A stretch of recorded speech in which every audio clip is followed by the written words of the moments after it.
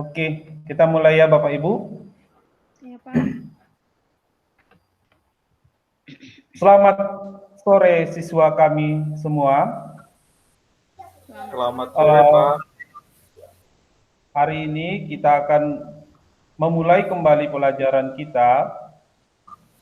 Sebelumnya satu orang membuat doa. Si A membuat doa. Oke, selesai. Terima kasih. Anak-anak kami sekalian, walaupun kita dalam pembelajaran daring, Bapak harap kalian tetap semangat. Hari ini kita akan belajar tentang trigonometri, yaitu tentang aturan sinus dan kosinus. Dalam mempelajari ini, Bapak akan menggunakan model pembelajaran problem based learning dengan pendekatan TIPEC. Untuk pembelajaran aturan sinus dan cos ini, pertama Bapak sediakan di sini gambar. Apakah kalian lihat gambarnya? Belum Pak. Oh, sebentar, Bapak pakan dulu. Apakah sudah kelihatan? Sudah Pak. Oke. Nah, di sini Bapak berikan sebuah gambar. Gambar ini menara visa. Bangunannya ini memang betul-betul miring. Kalau disketsakan maka akan terbentuk seperti gambar di bawahnya. Coba anak-anak kami, kira-kira apa pendapat kalian tentang kedua gambar ini?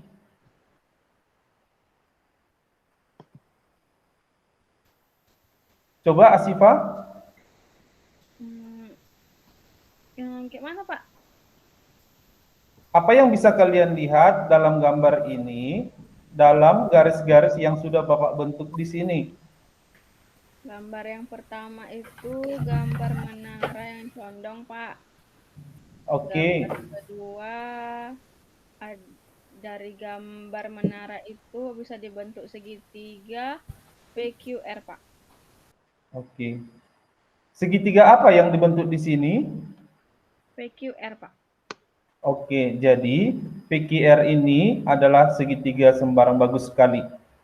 Nah, dari gambar ini kita diarahkan untuk belajar segitiga sembarang. Artinya bukan segitiga siku-siku seperti biasa. Di sini tidak membentuk siku karena menaranya itu miring. Jadi untuk menyelesaikan atau mengetahui nilai dari sisinya, kita butuh rumus yang baru yang kita sebutlah nanti aturan sinus dan kosinus. Nah, anak-anak kami sekalian, hari ini kita mulai pelajaran kita. Sebelumnya di sini sudah Bapak buatkan kompetensi inti, ini tentang sikap, ini tentang KI3 pengetahuan, dan KI4 keterampilannya. Untuk kompetensi dasarnya, ini menjelaskan aturan sinus dan kosinus, dan untuk keterampilannya menyelesaikan masalah yang berkaitan dengan aturan sinus dan kosinus. Nah, indikatornya kita diharapkan mampu untuk menemukan konsep aturan sinus dan kosinus dan mampu menerapkan pemecahan masalah yang berkaitan dengan aturan sinus dan kosinus. Nah, sekarang kita masuk ke aturan sinus terlebih dahulu, baru nanti kita masuk ke aturan kosinus. Untuk aturan sinus, Bapak akan jelaskan, pada segitiga ABC berlaku rumus aturan sinus A per sinus A sama dengan B per sinus B sama dengan C per sinus C. Lalu kalau kita ingin membuktikan rumus ini atau menemukan rumus ini, maka kita gambarkan segitiga sembarang, lalu kita tarik garis tinggi, AD adalah garis tinggi, Lalu kita berikan nama-nama untuk setiap sisi pada segitiga ini. Nah, dari segitiga yang tadi, segitiganya sekarang dibagi dua oleh garis tinggi menjadi segitiga yang merah dan yang hijau. Untuk segitiga yang merah, maka dia akan siku di D, sehingga perbandingan trigono biasa bisa kita pakai. Sinus B sama dengan depan titik B per miring titik B, sehingga depannya AD, miringnya AB. Untuk AD, rumus AD dapat kita otak-atik dari rumus sebelumnya, yaitu AD sama dengan AB dikali sin B, atau AD sama dengan C sin B. Pada segitiga siku-siku menjadi berlaku AD sama dengan AC sin C, diambil untuk segitiga yang hijau. Jadi untuk segitiga yang hijau, untuk AD-nya bisa kita pakai AC dikali sin C. Nah, dari kedua segitiga yang kita dapatkan rumus AD-nya, berarti kalau digabungkan maka dapatlah dia B per sin B sama dengan C per sin C. Nah, di sini dibuatkan lagi segitiga sembarang, dibuat lagi garis tingginya, lalu dari sini dilihatlah sinus A untuk segitiga yang hitam.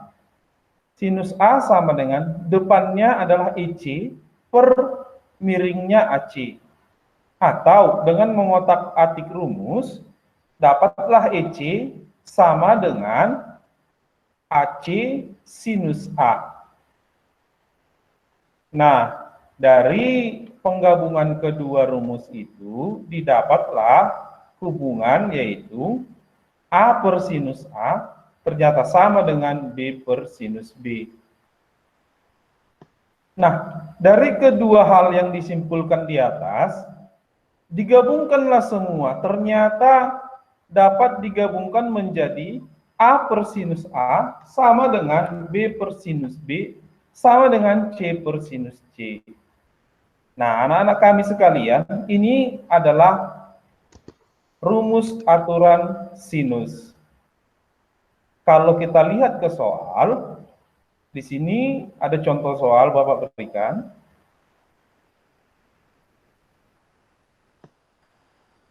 Coba siswa kami satu orang dulu coba baca soalnya. Nomor 1, Pak ya. Ya, nomor 1. Pada segitiga ABC diketahui sudut A sama dengan 30 derajat, kemudian sudut B sama dengan 45 derajat, dan sisi A sama dengan 6 cm. Tentukanlah bagian A besar sudut C, B panjang D. Oke, terima kasih. Nah, apa yang bisa kita lihat dari sini? Sekarang kita diberikan dua sudut, sudut A dan sudut B. Dan sisi A 6 cm. Tentukan besar sudut C dan panjang sisi B. Nah, kalau kita ingat pelajaran kita kemarin lagi, segitiga kalau ketiga sudutnya dijumlahkan, maka totalnya 180. Di sini diberitahu dua sudut. Kedua sudutnya masih totalnya 75. Sehingga sudut ketiga dapat kita cari dengan mengurangkan 180 dikurang 75 atau sekitar 105 derajat. Jadi sudut C 105. Dengan rumus sinus, dapatlah kita cari sisi B dengan menghubungkan dengan sisi A, yaitu A per sin A sama dengan B per sin B sama dengan B sama dengan 6 dikali sin 45 per sin 30, atau nilainya sama dengan 8,49. Nah, inilah aturan sinus yang tadi. Bagaimana aplikasinya dalam soal yang lebih lagi, yang hot? Nah, kita lihat di sini. Pak Udin ingin mengukur panjang batas-batas kebunnya yang berbentuk segitiga. Pada titik-titik pojok kebun ditempatkan tonggak A, B, dan C. Jika jarak tonggak A dan B sama dengan 70 meter, dan sudut A, B, C 40 derajat, sudut B, C, A sama dengan 60 derajat, tentukan panjang batas kebun Pak Udin lainnya yang belum diketahui. Nah, dari soal ini, terlebih dahulu kita harus menggambarkan yang mana yang dimaksud titik-titiknya, segitiga apa yang dibentuk oleh soal ini, dan kita lihat hubungannya dengan aturan sinus. Nah, di sini sudah ada gambarnya. Kalau kita lihat segitiganya adalah segitiga sembarang, dua sudut sudah diketahui, yaitu 40 dan 60. Kalau di total 100, berarti sudut yang ketiga adalah 180 dikurang 100, sekitar 80. Nah, untuk mencari sisi yang lainnya, dapatlah kita gunakan aturan sinus. Untuk menentukan panjang BC, maka aturan sinus yang dipakai adalah A per sin A sama dengan C per sin C.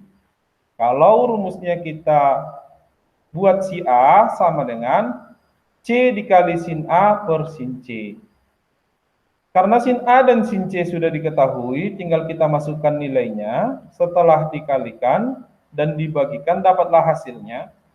Sisi A sama dengan 79,60. Atau panjang BC sama dengan 79,60. Untuk menentukan panjang sisi yang lainnya, panjang AC sama dengan B sebagai berikut. B per sin B sama dengan C per sin C sama dengan B sama dengan C dikali sin B per sin C. Sin B sudah diketahui, sin C juga, tinggal kita kalikan dan bagikan, maka didapatlah sisi B panjangnya 51,96. Jadi panjang AC sama dengan sisi B sama dengan 51,96 meter. Oke. Lalu anak-anak kami sekalian, kita juga akan melihat tentang aturan kosinus. Nah, di sini akan Bapak jelaskan sekilas tentang aturan kosinus. Dalam aturan kosinus dibuat rumus A kuadrat sama dengan B kuadrat tambah C kuadrat dikurang 2BC cos A, B kuadrat sama dengan A kuadrat tambah C kuadrat dikurang 2AC cos B. C kuadrat sama dengan A kuadrat tambah B kuadrat dikurang 2AB cos C. Nah, dari cos A dengan mengotak-atik rumus, bisa juga kita dapatkan rumusnya menjadi cos A sama dengan B kuadrat tambah C kuadrat dikurang A kuadrat per 2BC. Nah, bagaimana membuktikan rumus kosinus? Sama, kita gambarkan juga segitiga sembarang, lalu pada segitiga sembarang ini kita sketsakan di diagram Cartesius. Sebagaimana kita tahu, diagram Cartesius terikat pada X dan Y, atau untuk menulis titiknya dibuatkan X, Y. Nah, titik A berada pada titik X0, Y0, maka ditulis 0,0. Titik B berada di C,0 dan titik C puncaknya berada di B cos A, B sin A. Nah, ketika kita ambil nilai panjang BC, maka dapatlah rumusnya BC kuadrat sama dengan B cos A dikurang C kuadrat ditambah B sin A dikurang 0 kuadrat. Lalu kita kuadratkan, maka setelah dijabarkan dapatlah A kuadrat ditambah B kuadrat dikali cos A, cos kuadrat A tambah sin kuadrat A ditambah C kuadrat dikurang 2BC cos A. Kebetulan cos kuadrat A tambah sin kuadrat A dianggap 1, sehingga rumusnya menjadi A kuadrat tambah sama dengan B kuadrat tambah C kuadrat dikurang 2BC cos A. Lalu kita coba ke soal ya. Pada segitiga ABC diketahui sudut A sama dengan 60 derajat. Sisi B 5 cm dan sisi C 6 cm. Tentukan panjang A. Nah, di sini diketahui dua sisi satu sudut. Bisakah dia kita hitung? Ternyata dengan aturan cos ini sangat mudah. Nah, A kuadrat yang ditanya berarti B sudah diketahui, C sudah diketahui, sudut A juga sudah diketahui, berarti tinggal kita masukkan ke rumus. Dapatlah nanti A-nya, A kuadratnya 31, atau dengan kata lain, A-nya adalah akar 31. Aturan cos itu dapat dapat digunakan untuk apabila diketahui hanya satu sudut dan dua sisi, atau hanya sisinya saja yang diketahui, kita dapat mencari sudutnya. Contoh di sini, Bapak buatkan soal. Sebuah bola biliar bergerak dengan arah 60 derajat sejauh 40 cm. Kemudian memantul dan bergerak dengan arah 280 derajat sejauh 35 cm. Tentukan jarak dan arah posisi akhir bola biliar dari posisi awal. Nah, di sini kita gambarkan dulu posisi bola biliarnya seperti warna merah ini, yaitu kita tarik selalu sudutnya dari utara, lalu kita tarik dari titik 00 ke batas sudutnya, sehingga terbentuk segitiga yang dimaksud. Nah, dari sini dicarilah sudutnya, lalu dicari sisinya. Untuk perhitungan sisi L atau KM, ini KM, maka L kuadrat atau KM kuadrat sama dengan K kuadrat ditambah M kuadrat dikurang 2KM cos L. Nah, didapatlah L-nya. L kuadrat sama dengan 680,2. L sama dengan akar 680,2 atau sekitar 26,08. Jadi jarak posisi akhir bola biliar dari posisi awal adalah panjang KM atau 26,08 cm. Untuk menentukan arah bola biliar pada posisi akhir dari posisi awal sebagai berikut. Nah, dengan mengetahui sudut MKL, didapatlah nanti dia 59,62 derajat. Ini menggunakan rumus sudut untuk aturan cos. Nah, jadi dengan demikian didapatlah jarak bola biliar pada posisi akhir dari posisi awal adalah panjang KM sama dengan 26,08 cm dengan arah 0,38 derajat. Oke, anak-anak kami sekalian, itulah sekilas tentang pelajaran atau materi aturan sinus kosinus yang bisa Bapak berikan. Nah, nanti kalian akan menyelesaikannya secara berkelompok. Di sini Bapak yang akan membagi kelompoknya sudah Bapak kirimkan ke WA. Untuk kelompok pertama itu nanti ketuanya Syukur. Untuk kelompok kedua ketuanya Asifa.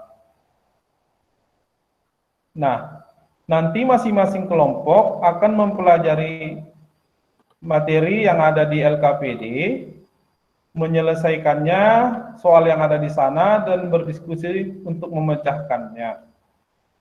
Nah, ini Bapak tunjukkan LKPD-nya, sudah Bapak bagikan di WA kalian, WA group, bisa kalian download.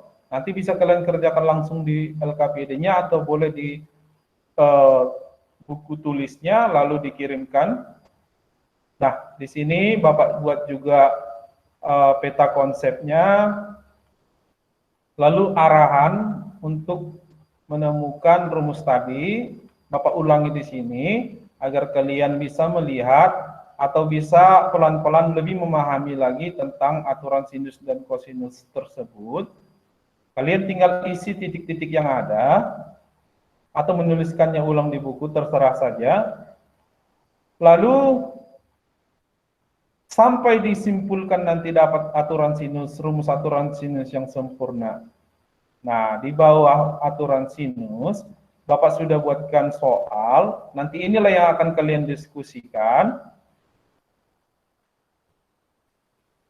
Lalu lanjut lagi ke aturan cos untuk kegiatan keduanya. Di sini kalian tinggal isi titik-titiknya, lalu sampai dapat nanti rumus aturan cosnya.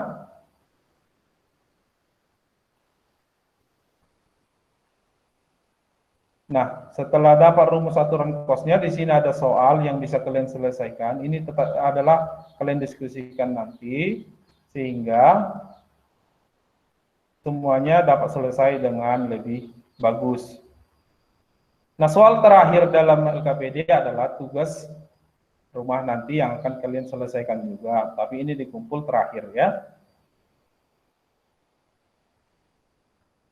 Oke, anak-anak kami sekalian.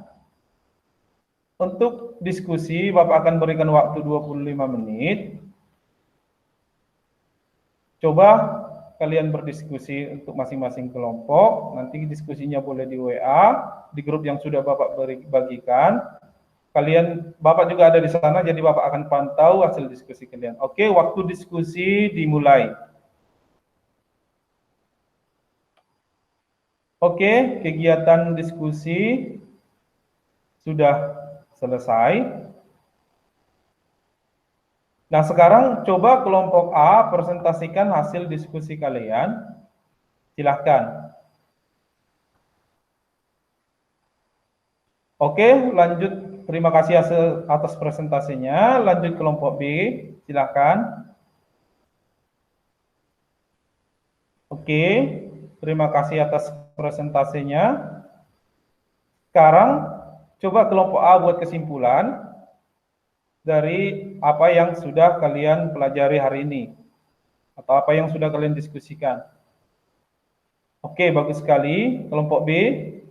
Oke, bagus sekali. Nah, kalau kita tarik kesimpulan yang sudah kalian buat, berarti dengan aturan sinus dan cos, kita dapat mengetahui unsur-unsur yang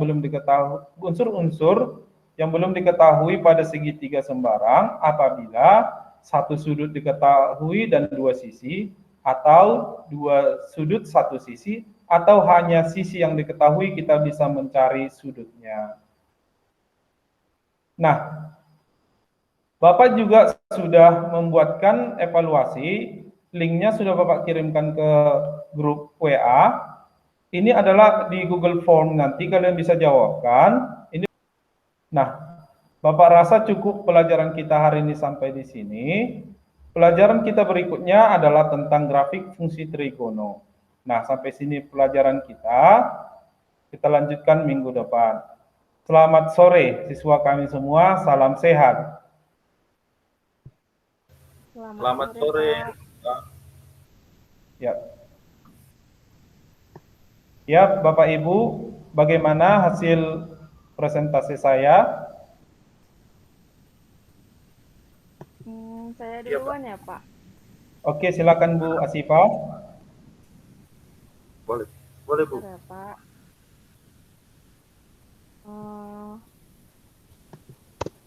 Yang pertama tadi, Pak. Ini kan Pak, saya sesuaikan dengan RPP yang Bapak buat kan Pak. Iya, Bu. Jadi kan saya hanya menilainya apa namanya sesuai dengan yang Bapak lakukan dengan apa yang ada di RPP yang Bapak buat kan Pak. Iya, Bu. Jadi menurut yang saya perhatikan tadi, ada beberapa yang belum dilakukan, walaupun memang semuanya sudah sangat baik gitu ya kan Pak. Iya, Bu. Nah, di kegiatan pendahuluan Pak, ada saran dari saya gitu Pak. Iya, Bu. Di RPP Bapak kan ada Bapak buat mengecek kehadiran siswa ya Pak. Oh iya, Bu. Tadi saya rasa Bapak belum ada ngecek gitu Pak. Iya, Bu. Kelupaan tadi. Iya, itu yang pertama. Kemudian kalau bisa di pendahuluan itu ada sedikit memberikan motivasi kepada siswanya gitu Pak. Iya, Bu. Dan satu lagi untuk pendahuluan, tadi saya agak bingung kan Pak. Bapak tadi kan menyampaikan masalah gitu kan, memberikan Iya, Bu. gambar dulu ya kan Pak sama siswa. Baru Bapak sampaikan KI dan KD. Sementara Iya, Bu. di RPP KI KD itu di pendahuluan, masalahnya di inti. Jadi hanya kayak terbalik susulan aja gitu, Pak. Oh, baik, Bu, baik, Bu. Itu. Kemudian untuk yang inti di RPP juga saya ada lihat di bagian fase pertama kalau saya tidak salah ini Pak di kegiatan inti. Iya, Bu. Ada fase pertama itu kan di langkah ketiga guru menyampaikan rencana kegiatan bahwa peserta didik akan belajar secara berkelompok. Nah, itu juga tadi belum ada arahan gitu, Pak. Mungkin terlupa ya kan, Pak? Langsung saya bagi tadi, Bu. Saya kirim ke Ya. grup ya. Kemudian itu aja untuk di inti, Pak. Selebihnya udah bagus, udah semua dilakukan. Kemudian yang penutup kurangnya di bagian di RPP Bapak ini ada Bapak buat guru membelikan pekerjaan rumah. Ya Pak. Oh iya, Bu, ada. Tadi saya dengar di akhir tadi belum ada gitu Pak PR-nya atau waktu di LKPD gitu Pak. Iya, waktu di LKPD, Bu. Oh, LKPD. Seharusnya di akhir memang, iya, Bu. Iya. Kemudian tadi kan di awal ada doa gitu Pak. Oh iya, Bu.